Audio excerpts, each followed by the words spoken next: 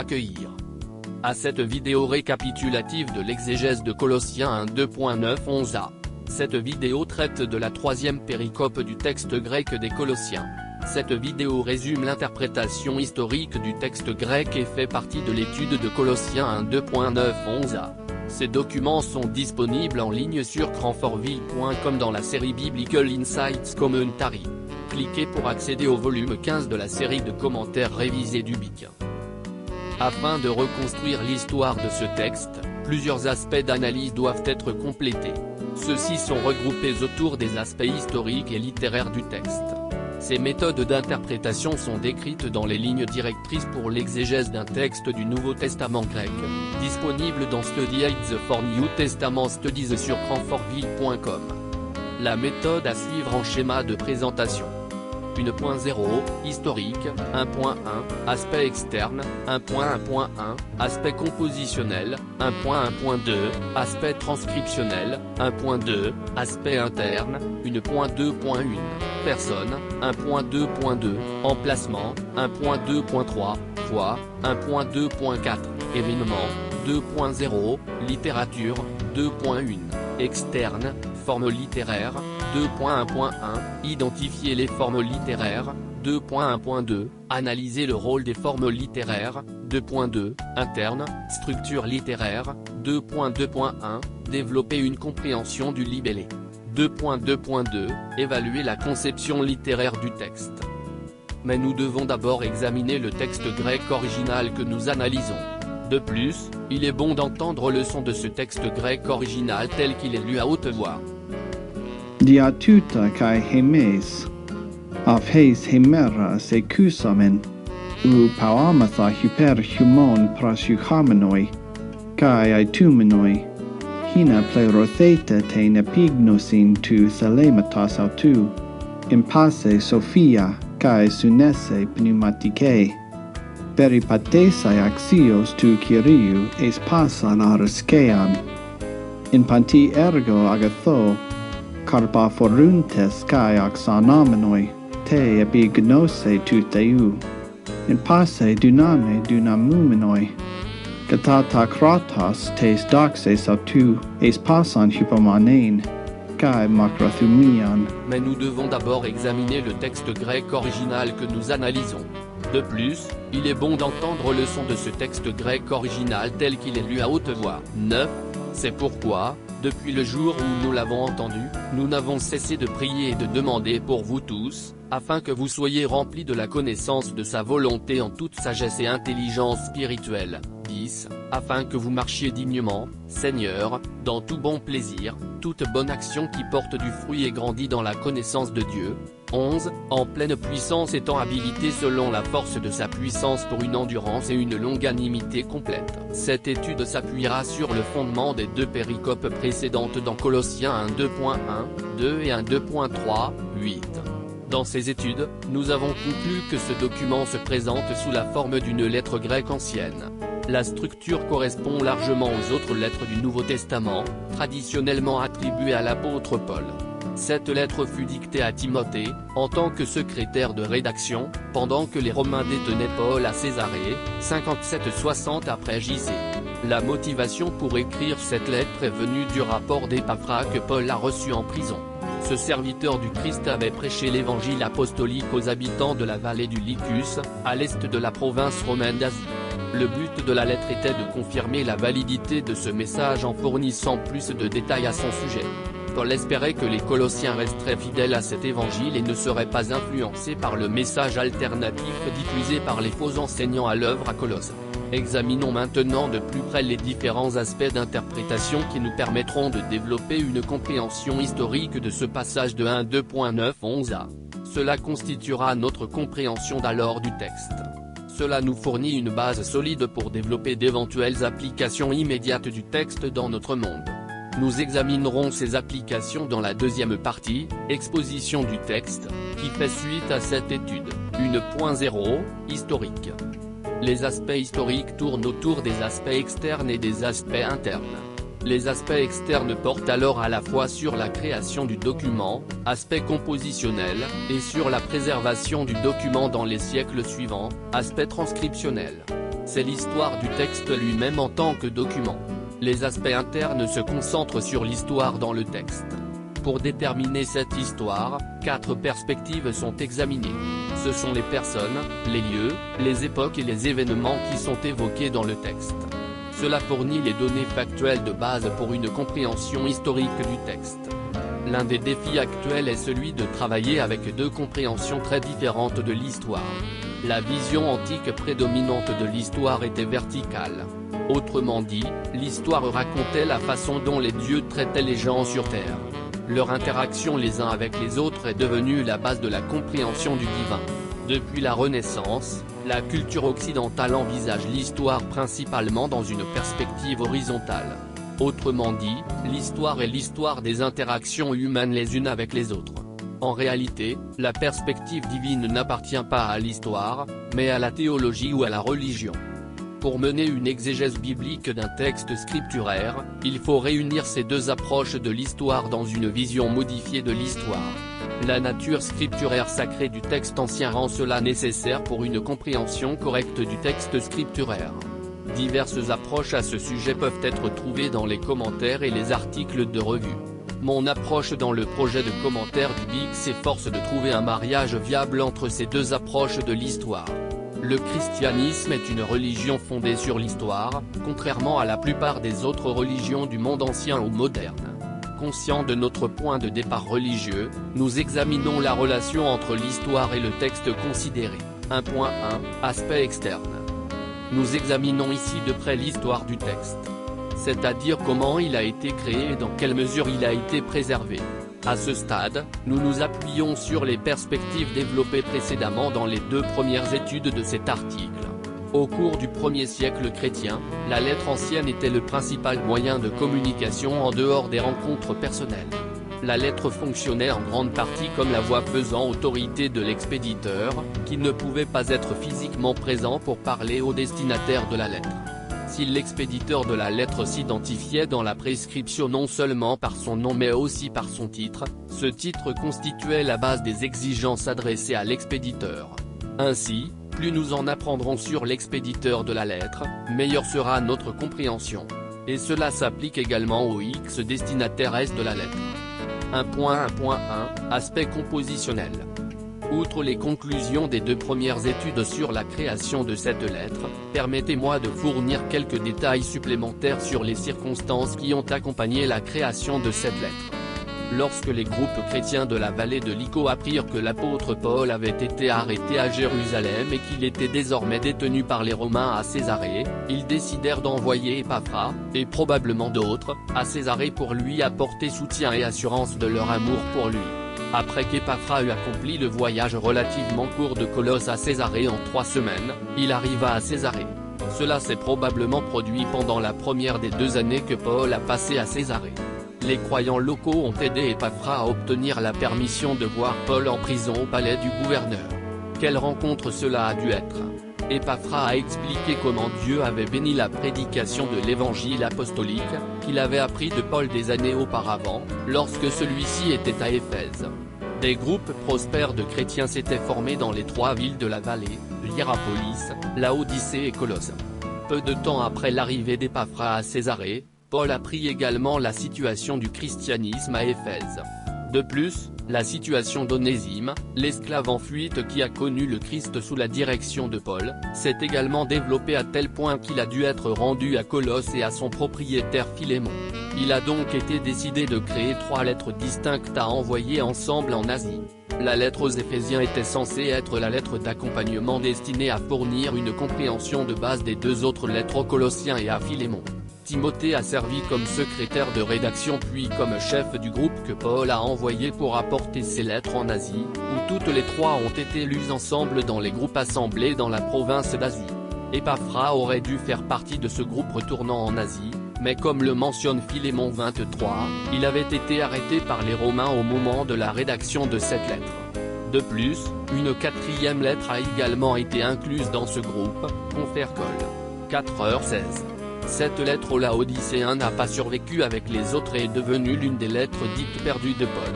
Ainsi, une fois que les 4 lettres furent dans leur forme définitive, Timothée, Tychik, Onésime et d'autres partirent pour l'Asie pour remettre ces lettres. Le nouvel aspect de 1:2.9-11 est la confirmation d'un ministère de prière d'intercession en cours pour les Colossiens, qui a commencé quand Épaphras a fait son premier rapport à Paul après son arrivée à Césarée. Ce récit a convaincu Paul que Dieu était véritablement à l'œuvre parmi les Colossiens parce que leur expérience était basée sur l'évangile apostolique. Il ressort également clairement du texte de 1:2.9-11 que la lettre aux Colossiens a été écrite quelque temps après qu'Épaphras ait fait son premier rapport à Paul. Nous ne savons pas combien de temps s'est écoulé. C'était probablement une période de temps relativement courte. 1.1.2, aspect transcriptionnel. Une fois que le groupe est arrivé à destination en Asie et a remis les lettres aux communautés religieuses respectives, des copies de chaque lettre ont été réalisées pour être distribuées à d'autres groupes dans toute la province. Des copies de copies, etc. furent ensuite réalisées au cours des siècles suivants. Dans la première moitié du IIe siècle, des recueils de lettres de Paul furent créés et diffusés à d'autres communautés religieuses. Nous pouvons retracer l'histoire de la copie de ce texte, notamment à travers la discipline académique de la critique des formes. Cela se fait essentiellement en analysant les copies pertinentes de Colossens 1:9-11 parmi les quelques 5600 textes grecs anciens du Nouveau Testament actuellement disponibles. Les 2 Nouveaux Testaments grecs imprimés actuellement dominants contiennent une section appelée appareil critique, qui détaille le contenu des manuscrits grecs pertinents sur ce passage. Le Nouveau Testament grec des Sociétés Bibliques Unies en est actuellement à sa 5e édition révisée, 5e révision United Bible Societies. Son appareil critique s'adresse à ceux qui travaillent sur les traductions du Nouveau Testament dans une langue moderne. Par conséquent, moins de variantes de lecture seront publiées, mais plus de détails seront fournis sur chaque article. D'autre part, l'appareil critique du Nestlé Aland, 28e édition révisée du Novum Testamentum Grisi, contient une liste complète de toutes les variantes de lecture, mais avec moins de détails. Nestlé Aland, 28e révision. Il s'adresse à la communauté scientifique, rédigeant des commentaires et procédant à une analyse approfondie du texte. La nature hautement codée des 2 appareils nécessite une formation particulière pour les lire. Par conséquent, 2 publications tentent de démêler ce code dans des explications simplifiées. Il y a avant tout Bruce Metzger, rédacteur en chef de A Textual Commentary on the Greek New Testament, Stuttgart, Société biblique allemande, 2e édition, 1994. Le second est basé sur le premier et Roger L. Manson, A Textual Guide to the Greek New Testament, Stuttgart, German Bible Society, 2006. Cette 2e publication s'adresse particulièrement aux traducteurs de la Bible qui n'ont aucune formation en critique textuelle.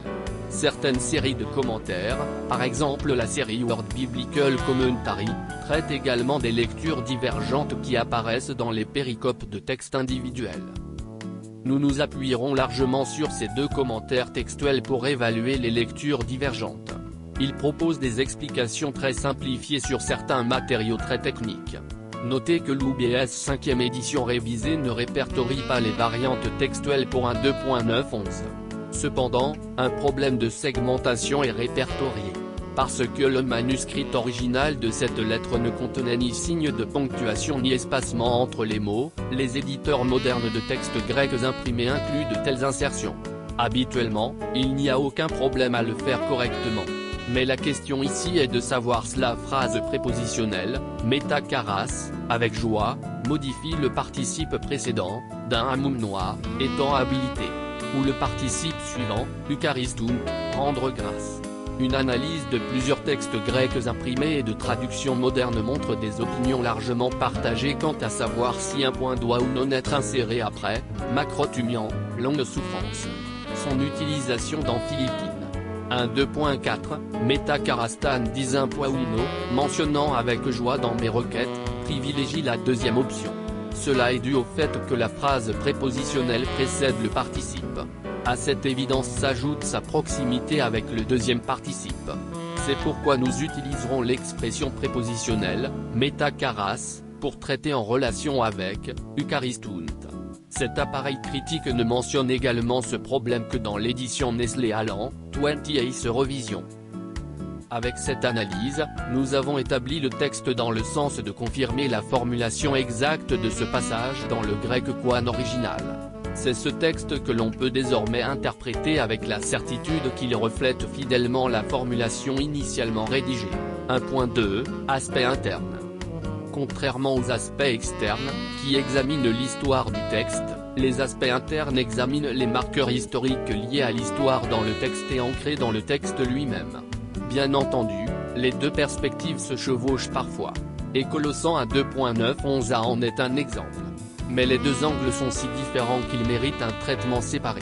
Les éléments d'histoire interne complétés dans les deux premières études constituent la base de l'ajout d'éventuelles allusions historiques dans un 2.9-11a.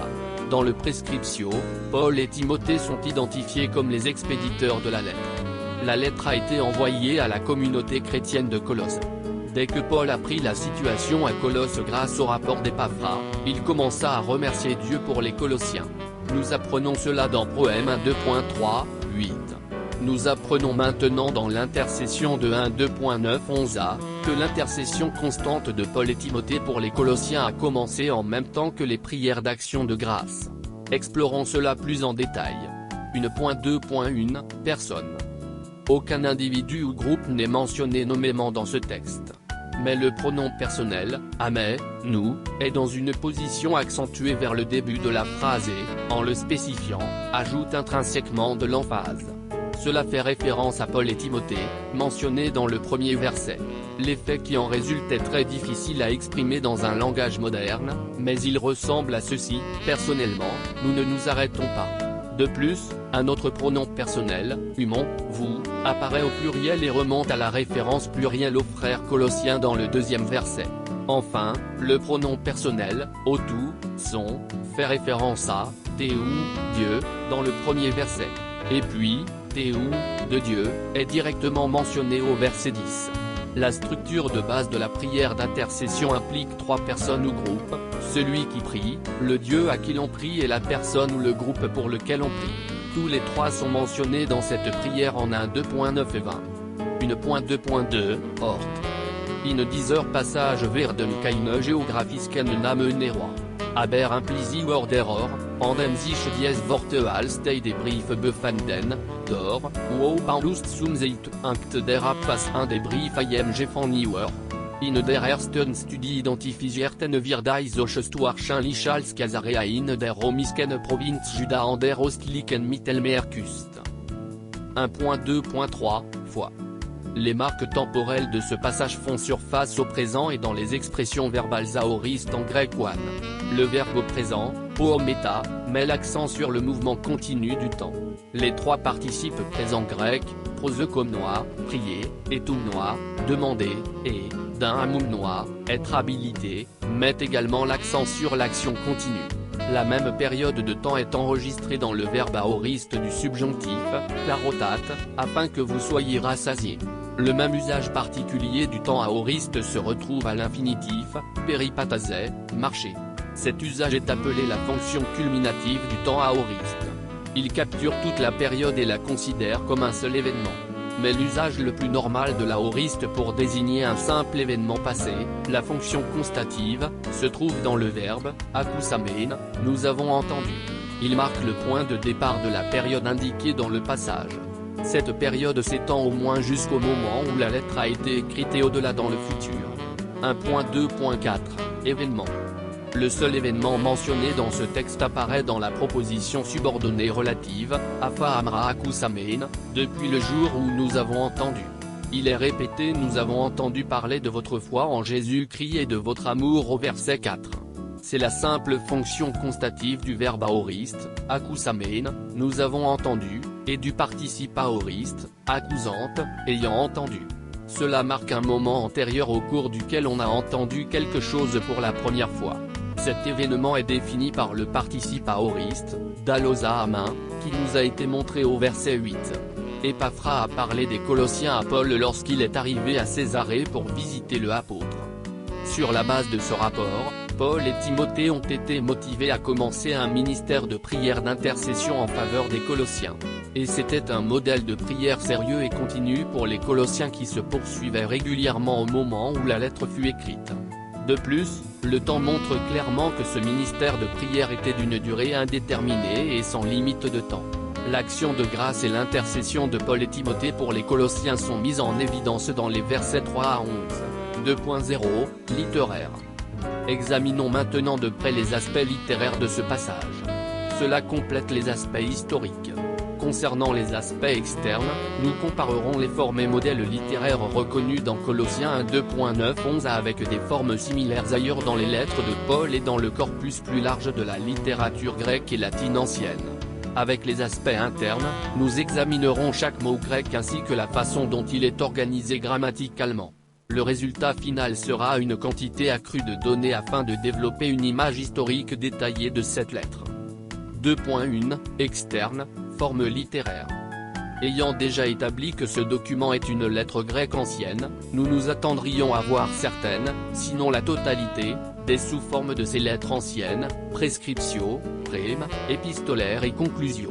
En fait, ceux-ci apparaissent dans Colossiens comme suit, prescriptio, 1, 2, poème, 1, 3, 8, le corps de la lettre, 1 2.9, 4, 6, et conclusio, 4 2.7 18. 2.1.1, identifier les formes littéraires. Ainsi Colossiens 1:2.9 11 se trouve au début du corps de la lettre. Mais comme nous l'avons déjà noté, il ne s'agit ici que de la première partie de la longue phrase de 1:2.9 et 20. Pourtant, cette phrase des versets 9 à 20 comporte 3 sections distinctes, 9-11a, 11 bit, -14 et 15-20. La proposition principale se trouve dans la première section. Cela établit le thème de base de la phrase comme prière d'intercession. Notez l'expression centrale de la phrase, Amen. Upo meta upeumon prose comme noa cailletum noa, nous n'arrêtons pas ne pas prier et demander en votre nom. La longue proposition subordonnée, introduite par Ina, définit à la fois le contenu de cette intercession et le but de cette intercession. Cela va du milieu du verset 9 au verset 20. Son noyau est, Ina plarotateta nepignos tout elamato tout en passa sophia kai sunese pneumatica, afin que vous soyez remplis de la connaissance de sa volonté en pleine sagesse et compréhension spirituelle. Une recherche minutieuse des autres lettres du Nouveau Testament attribuées à Paul révèle plusieurs prières d'intercession supplémentaires. Cela inclut Romains 1:2.9-10, où Paul plaide pour que Dieu lui permette de venir à Rome. Cela fait partie du prême en 1:2.8-25. Les versets 11 à 20 clarifient la nature de cette demande adressée à Dieu. Le verset 8 présente ce texte plus vaste comme une prière d'action de grâce, avec une prière d'intercession insérée dans les versets 9 et 10. L'intercession centrale est, toujours dans mes prières, je demande si je peux enfin être béni d'une manière ou d'une autre par la volonté de Dieu de venir pour vous. Dans le long poème des 1:2.6-23, la prière d'action de grâce au verset 15 se transforme en prière d'intercession en 16:19. Son expression principale est, n'ayant poids ou meno et ton prose chamou, inaoteos.doa humain pneuma sophia kai apocaluo en épignos et autres. Il dit, je mentionne dans mes prières que Dieu puisse vous donner un esprit de sagesse et de révélation dans sa connaissance. Les versets 18 et 19 fournissent des détails clés sur cette demande centrale adressée à Dieu. Dans le poème de Philémon 4:7, l'intercession est au verset 6, Opo akoinoniata pisteos sou energa genate en épignos et pantos agatutu en amin ais Christen, afin que le partage de votre foi soit dynamisé par la connaissance de tout bien l'action qui est en nous pour Christ. Dans le poème de Philippiens 1:2.3-11, la prière d'intercession est incluse dans les versets 9 à 11. Le noyau contient les éléments suivants, kai tuto prose come, ina agapumon et imalon kai malon perisea en épignos et kai passa estase, et je prie pour que votre amour abonde de plus en plus en connaissance et en perspicacité complète. Dans le poème de 2 Thessaloniciens 1:2.3-12, la prière d'intercession se retrouve dans les 2 derniers versets. Son noyau réside dans le 11e verset, Aiso kai prose meta pantote periumon, inauma axiosata claso teos humon kai plarosa passa nedokiantagatos una kai argompisteos sanduname, nous prions toujours pour vous, afin que notre Dieu vous rende digne de son appel, habilité par sa puissance à accomplir tout bon dessein et toute œuvre de foi. Que ressort-il de cette analyse? Plusieurs constats émergent. Certains d'entre eux sont 1. Toutes les prières d'intercession, à l'exception des Colossiens, font partie du poème des Épîtres. Il s'agit souvent d'une sous-section d'une phrase dans le programme. 2. Le contenu de la prière d'intercession est généralement introduit par la conjonction INA. 3. Le contenu de l'intercession est adapté individuellement pour chaque lettre à la situation respective du groupe cible. Comment les Colossiens se comparent-ils à ces autres lettres de Paul? En comparaison, il existe à la fois des similitudes et des différences. La très longue phrase grecque des versets 9 à 20 distingue le contenu des Colossiens des autres lettres de Paul. Elle diffère de la phrase précédente des versets 3 à 8, qui est considérée comme le proème de la lettre. Pourtant, par la répétition de phrases et de mots, la prière d'intercession des versets 9 à 20 entretient des liens avec les deux premières péricopes des versets 1, 2 et 3, 8. Notez qu'il s'agit principalement de concepts relationnels, tels que prier pour vous au verset 3, periumon prose comme moi, et au verset 9, upémon prose comme moi. Notez cela également dans accusante, entendu verset 4, et accusamen, nous avons entendu verset 9. Dans une lettre émanant de quelqu'un qui ne connaît pas personnellement votre public, on s'attendrait naturellement à un effort pour construire un lien d'amitié solide. Il est également important de noter que la majeure partie de la répétition se produit dans la première section, versets 9-11a, de cette longue phrase. Il y a très peu de répétitions dans les deuxième et troisième unités. Au lieu de cela, de nouvelles orientations conceptuelles sont présentées. Concernant les autres prières d'intercession dans les lettres de Paul, il existe une manière fondamentalement courante d'introduire la prière. La conjonction subordonnée, INA, pour que, est principalement utilisée pour introduire la prière d'intercession. Ce n'est que dans Romains et Philémon que nous trouvons des manières alternatives de structurer la prière. Cependant, cela est compréhensible puisque l'appel à Dieu dans Romains se concentre sur Paul lui-même. La nature personnelle de Philémon se reflète dans une construction alternative, qui est aussi intercession. Bien que ces similitudes existent dans les structures grammaticales, il est douteux qu'il y ait suffisamment de similitudes pour qualifier cela de genre distinct. Mais le concept de prière d'intercession est certainement présent, non seulement dans les lettres de Paul mais aussi ailleurs dans le Nouveau Testament.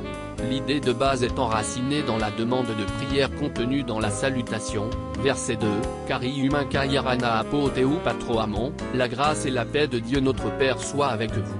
Il est ensuite répété dans la bénédictio à la fin de la lettre, A cari metumon, la grâce soit avec vous 4h18. Ce modèle imitait les modèles de culte des premiers chrétiens dans lesquels la bénédiction de Dieu sur les croyants était invoquée au début et à la fin de leur rassemblement. 2.1.2 Analyser le rôle des formes littéraires. Quel rôle littéraire Colossiens 1.2.9-20 joue-t-il? Par définition, la prière d'intercession est une expression d'inquiétude et d'inquiétude envers celui pour qui on prie. Si la situation est similaire à celle des Colossiens, où Paul et Timothée ne connaissaient pas personnellement la communauté des croyants de Colosse, l'affirmation très forte de la poursuite de l'intercession reflète un niveau d'inquiétude bien au-dessus de la normale. L'expression de l'action de grâce pose les bases de l'intercession. Et puis la dévotion des Colossiens envers Paul fournit la motivation pour ce ministère continu ainsi que l'action d'écrire la lettre pour les encourager.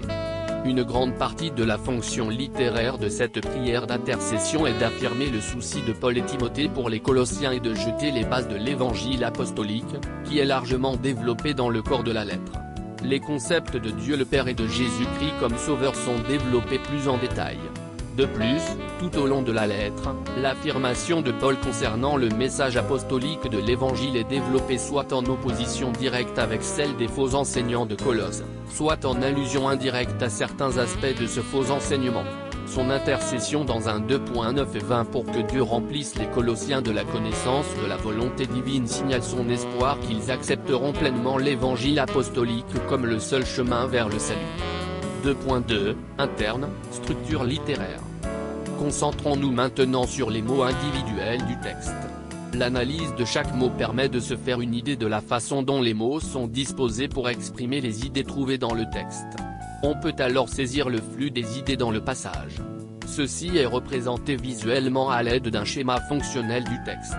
Notez que des fichiers séparés pour l'analyse et la représentation schématique de ce texte sont disponibles sur la page d'accueil de Péricope 3 dans le volume 15 du commentaire de Biblical Insights. 2.2.1 développer une compréhension des mots. Dans cette vidéo, nous nous concentrons sur les observations qui ressortent de l'analyse de chaque mot. Certains problèmes surviennent. 1. À quoi fait référence, diatuto, donc? L'antécédent de ce pronom démonstratif de genre neutre est très probablement le verset 8. Et en particulier, la déclaration selon laquelle Épaphras a montré à Paul et Timothée combien les Colossiens aimaient et appréciaient l'apôtre. C'est pourquoi motive Paul et Timothée à prier continuellement pour les Colossiens. L'antécédent alternatif, moins probable, est l'action de grâce de Paul et Timothée, versets 3, 8. 2. L'utilisation complémentaire de la conjonction kai, aussi, relie cette déclaration à la découverte par Paul de la dévotion des Colossiens au verset 8. Sa prière pour elle est sa réponse à son appréciation pour lui. Cela signifie, pendant que vous priez pour moi, je prie pour vous. 3. La clause relative, Apha Amra Akusamen, depuis le jour où nous avons entendu, marque le début de ce ministère de prière continue pour les Colossiens. Cela rappelle, accusante, ayant entendu, au verset 4. Et cela se connecte également à, Dalosa Amin, il nous a montré, au verset 8. Cette clause du verset 9 ajoute un autre détail à l'impact du récit d'Épaphras à Paul sur son arrivée à Césarée. 4. Le verbe « po » au sens général de pause, cesser ou stop est utilisé ici dans la fonction intensive de la voix médiane pour souligner particulièrement le thème du verset « Amen ». Cela ajoute à l'accent inhérent à la spécification du sujet avec « Amen ». Paul met fortement l'accent sur ce service d'intercession continue pour les Colossiens. 5. La paire de participes qui complète l'idée de cessation, prose comme noir kai et tout noir, prier et demander, met l'accent sur la prière d'intercession. Notez la mise en évidence inhabituelle ici. Ce n'est pas facile à exprimer dans la plupart des langues modernes. 6. La clausina, dans les versets 9-20, énonce à la fois le but de son intercession et son contenu. Cela suit une manière courante d'introduire grammaticalement une prière d'intercession dans les lettres de Paul. Mais la spécification du contenu principal est spécifique aux Colossiens, inaplarotata nepignosin tout elamato tout, afin que vous soyez remplis de la connaissance de sa volonté. Le verbe passif suppose que Dieu fait le remplissage. 7. L'accomplissement se produit avec la pleine compréhension, ta nepignosin, de la volonté de Dieu, tout elamato tout. Le contexte de ce remplissage est donné comme, en passa sophia kai sunese pneumatica, en pleine compréhension et perspicacité spirituelle. Comment chaque remplissage approfondit-il nos connaissances? En augmentant notre sagesse et notre perspicacité. 8. Quel est le dessein de Dieu dans ce remplissage? C'est, peripatase axios tu curiu, marcher d'une manière digne du Seigneur. Notre connaissance accrue conduit à un style de vie de meilleure qualité qui reflète la présence et l'œuvre de Dieu dans nos vies. La connaissance mène à l'action. 9. Cette digne marche est ensuite décrite de diverses manières. Son extension est « aispasa nareskeyan », avec bon plaisir. Cette expression inhabituelle définit un style de vie qui rend Dieu heureux avec nous. Les paramètres de ce remplissage sont définis par 4 phrases participatives qui s'étendent sur le 20e verset, carpophoraont, porter du fruit, oxanoménois, grandir, d'un amoumnois, être habilité et, eucharistunt, rendre grâce. Dans cette étude, nous couvrirons les 3 premiers de ces participes. 10. La première paire de participes, carpophoraont kai oxanoménois, porter du fruit et croître, lie étroitement l'action et l'activité mentale. Nous devenons producteurs de fruits, en pantiergo agato, en toute bonne action. Nous grandissons également, ta epignosa tout et ou, dans notre connaissance de Dieu. Ce texte est grammaticalement entrelacé selon un modèle chiastique, A,B,contre. A, modificateur participe /participle modificateur. 11. L'autonomisation divine exprimée dans le participe, d'un amoumnois, est fortement modifiée par 3 phrases prépositionnelles. Le champ d'application de l'autorisation, en passa duname, en pleine force. La mesure de l'autonomisation, kata tu kratos ta doxa otu, selon la force de sa gloire. Le but de l'autonomisation, aispasa nupomonankai macrotumian, pour une pleine endurance et une longue souffrance. Dans ce portrait de la vie chrétienne peint ici par Paul, nous approfondissons ce que signifie être chrétien au sens de l'évangile apostolique. C'est le type de christianisme que les Colossiens étaient en train de devenir, car il était basé sur ce message évangélique. Ce n'était pas l'image du christianisme présentée par les faux enseignants de Colosse. En leur prêchant cet évangile apostolique, Épaphras avait donné aux Colossiens un bon départ dans l'expérience chrétienne authentique. La prière d'intercession passionnée de Paul et Timothée pour eux était que Dieu les remplisse de la compréhension de la façon dont il voulait qu'ils vivent jour après jour selon les paramètres de ce message évangélique. Pour les aider à atteindre cet objectif, Paul a également été motivé à leur écrire une lettre expliquant plus en détail ce type de christianisme. Il espérait que cette lettre renforcerait leur détermination à rester fidèles à ce message évangélique. 2.2.2 Évaluer la conception littéraire du texte. De l'analyse ci-dessus des mots et des phrases du texte, nous pouvons voir le développement de la pensée dans ce passage. Cette image peut être représentée clairement et directement par un schéma fonctionnel du passage. Cela représente visuellement la relation entre les idées primaires et secondaires dans la grammaire du texte grec. Deux diagrammes sont présentés. D'abord celui du texte grec original, et puis d'une traduction littérale de ce texte grec. Ce deuxième diagramme préserve la structure grammaticale du grec original, même s'il peut violer la grammaire de la langue de traduction. Notez également que ces diagrammes sont disponibles sur la page d'accueil du commentaire de Biblical Insights 1503 à cranfortville.com. Note sur le diagramme grec. 1. Le chiffre 2 fait référence à la deuxième phrase de la lettre. La phrase s'étend jusqu'au verset 20. La proposition centrale est très puissante avec le sujet énoncé et la forme intense de la voix médiane du verbe. 2. Notez que les trois premiers modificateurs font référence à des événements survenus avant le début du ministère de prière, ou jusqu'à ce que ce ministère de prière commence. 3. Les modificateurs après le verbe de la proposition principale, poometa, font référence aux actions qui découlent du début de ce service de prière. 4. Remarquez comment les différents modificateurs sont regroupés. Observation du diagramme français. 1. La présentation des idées primaires et secondaires est basée sur la syntaxe du texte grec. 2. La conjonction « ina » pour que introduit l'idée secondaire la plus nuancée de la phrase entière. 3. Notez l'utilisation distinctive de modificateurs pour résumer les unités de pensée. Par exemple, complet et spirituel. En grec, ils fonctionnent comme des serre-livres pour délimiter des idées unifiées. De plus, les deux phrases prépositionnelles avec in entourent la paire de participes. 4. Pris ensemble, les éléments de la clause « ina » dressent un tableau de ce que signifie être chrétien. Conclusion sommaire. Alors que nous résumons notre étude, permettez-moi de souligner à la fois les aspects historiques et littéraires de ce passage. Aspect historique. Le tableau historique émerge étape par étape dans la lettre, en commençant par la prescription en 1.2.1, 2. Le poème de 1.2.3, 8 ajoute des détails supplémentaires, tout comme la prière d'intercession de 1.2.9 et 20. Et il continuera à se développer avec des détails supplémentaires tout au long du corps de la lettre dans 1.2.9, 4.2.6 et dans la conclusion, 4.2.7-18. Voici l'image jusqu'à présent dans les 11 premiers versets de la lettre. Au début des années 50 du 1er siècle chrétien, l'apôtre Paul passa plus de 2 ans à Éphèse pour son 3e voyage missionnaire. Cette capitale de la province romaine d'Asie est devenue le point d'attache de la diffusion du message évangélique dans toute la province.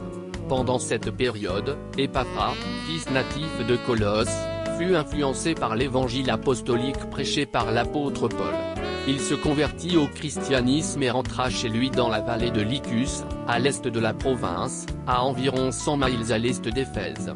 Il commença à évangéliser les villages de la vallée avec beaucoup de succès. Des communautés chrétiennes furent fondées à Hiérapolis, Laodicée, et Colosse. Des groupes d'églises de maisons ont été formés, y compris le groupe qui se réunissait dans la maison de Philémon, qui vivait à Colosse. Ce ministère d'Épaphras dura plusieurs années. Vers 57 après J.C., la nouvelle parvint à Colosse que l'apôtre Paul avait été arrêté à Jérusalem et qu'il était désormais détenu par les Romains à Césarée, sur la côte méditerranéenne. Des groupes chrétiens de la vallée du Lycus décidèrent d'envoyer Épaphras et d'autres à Césarée pour réaffirmer leur dévouement et leur soutien à son égard. Le groupe a parcouru une distance assez courte, environ 3 semaines au maximum, depuis la vallée jusqu'à Paul à Césarée.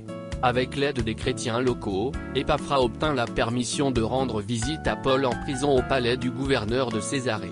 Lors de sa première visite, Épaphras a donné un récit détaillé de la manière dont Dieu œuvrait dans la vallée du Lycus. Il a également souligné combien les croyants aimaient l'apôtre et voulaient le soutenir dans sa lutte contre ses accusateurs.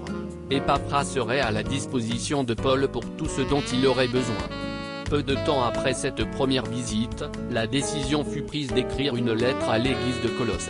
Timothée a agi en tant que secrétaire de rédaction de Paul et a enregistré la dictée de la lettre par Paul. Au même moment, la nouvelle des besoins de l'église d'Éphèse parvint également à Paul. De plus, la situation atteignit son paroxysme avec l'esclave fugitif Onésime, qui avait été converti sous le ministère limité de Paul. Paul décida de le rendre à son propriétaire Philémon à Colosse. Durant cette même période, 3 lettres furent écrites et rassemblées en Asie. Malheureusement, Épaphras avait éveillé les soupçons des Romains et fut arrêté avec Paul. Il ne pouvait donc pas accompagner le groupe en Asie. De plus, une 4e lettre à l'église de Laodicée a été écrite et incluse dans le groupe de lettres. Aujourd'hui, elle est considérée comme l'une des lettres perdues de Paul qui n'apparaît pas dans le Nouveau Testament. Éphésiens était destiné à servir de lettre d'accompagnement aux 3 autres lettres. Puisque chaque lettre était lue dans les différents groupes assemblés, la désignation des destinataires dans Éphésiens était laissée en blanc et remplie oralement par la personne lisant les lettres à la congrégation chrétienne respective. Selon toute vraisemblance, Timothée était le chef du groupe que Paul envoyait dans ses églises. Il aurait évidemment été le mieux placé pour expliquer le contenu des lettres aux différents groupes en Asie. Aspect littéraire. La comparaison de l'analyse des mots et du schéma fonctionnel de une 2.911a donne un aperçu de la structure de la pensée et du flux des idées dans le passage. Ce texte est le premier tiers d'une longue phrase grecque qui s'étend du verset 9 au verset 20. Cette section d'ouverture des versets 9 à 11 contient l'explication principale de la phrase entière, Amé, upo meta hyperhuman prose comme noa kai et tout noir, nous, n'arrêtons pas de prier et de vous demander. Tout le reste dans la phrase est basé sur ce fondement grammatical. Cette phrase est structurée comme une affirmation très forte du ministère de prière d'intercession de Paul et Timothée auprès des Colossiens.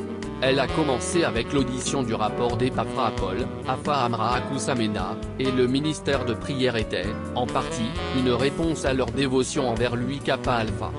Les détails de ce qu'ils ont demandé à Dieu pour les Colossiens sont présentés dans la longue clause, Ina, qui commence au milieu du verset 9 et se poursuit jusqu'au verset 20. La structure centrale de cette clause est, Ina plarotata nepignosin tout elamato tout, afin que vous soyez remplis de la connaissance de sa volonté. Comprendre la volonté de Dieu est la principale préoccupation de la prière des Colossiens. Les informations qui suivent expliquent le sujet de cette prière. Le but plus large de ce remplissage est très crucial, comme l'exprime l'expression infinitive aoriste, peripatase axios tu curiou, marcher d'une manière digne du Seigneur. Tout le reste dans la clause, Ina, jusqu'au verset 20 fait allusion à cette phrase infinitive du verset 10. Dans la littérature juive ancienne, marcher est une figure de style qui fait référence à la vie quotidienne.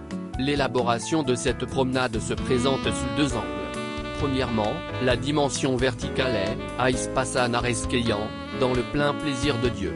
Puis 4 clauses participatives définissent les limites de cette marche. Carpoforant, porter du fruit, oxanomenoir, grandir, d'un amoulnoir, étant habilité, et, eucharistumut, rendre grâce. Ce 4e qualificatif de notre marche couvre les versets 12 à 20 et fera l'objet de notre prochaine étude dans Colossiens. Ce que Paul peint ici est le portrait d'un vrai chrétien. Cette compréhension renvoie à l'évangile apostolique prêché par Épaphras aux Colossiens. Une comparaison de Colossiens 1.20 avec les autres lettres existantes dans le paquet préparé pour les églises d'Asie révèle des idées intéressantes. Paul et Timothée sont tous deux identifiés comme les expéditeurs des 2 lettres à Colosse, tandis que seul Paul est répertorié dans les Éphésiens. Dans les 2 lettres adressées à des groupes de personnes, Paul se décrit comme un apôtre du Christ Jésus par la volonté de Dieu. Mais dans la lettre personnelle à Philémon, le titre identifiait Paul comme prisonnier du Christ Jésus. Les salutations dans les 3 lettres sont presque identiques. Tous contiennent grâce à vous et paix de la part de Dieu notre Père. Éphésiens et Philémon ajoutent et le Seigneur Jésus-Christ. Dans les poèmes de Colossiens et de Philémon, l'accent est mis sur la gratitude envers Dieu pour les destinataires, tandis que dans les Éphésiens, l'accent est mis sur la louange de Dieu. Dans Éphésiens et Philémon, la prière d'intercession est intégrée au poème, tandis que dans Colossiens, elle passe dans le corps de la lettre dans une phrase séparée et beaucoup plus longue. Une telle comparaison révèle à la fois des similitudes et des différences. Pouvons-nous trouver quelque chose pour prêcher et enseigner sur Colossiens 1:2.9-11a? Je pense que notre dilemme avec ce passage est plus susceptible de nous conduire à trouver trop de matière pour un seul sermon ou un seul moment d'enseignement. L'idée de prière d'intercession qui prévaut dans ce texte devrait être un bon point de départ pour une application. Ce premier résumé des textes grecs des versets 9 à 11 est plein d'idées qu'un public moderne a besoin d'entendre. Dans la deuxième partie sur l'exposition du texte, notre prochaine étude, nous explorerons les moyens d'appliquer ces textes dans un cadre moderne. La fin.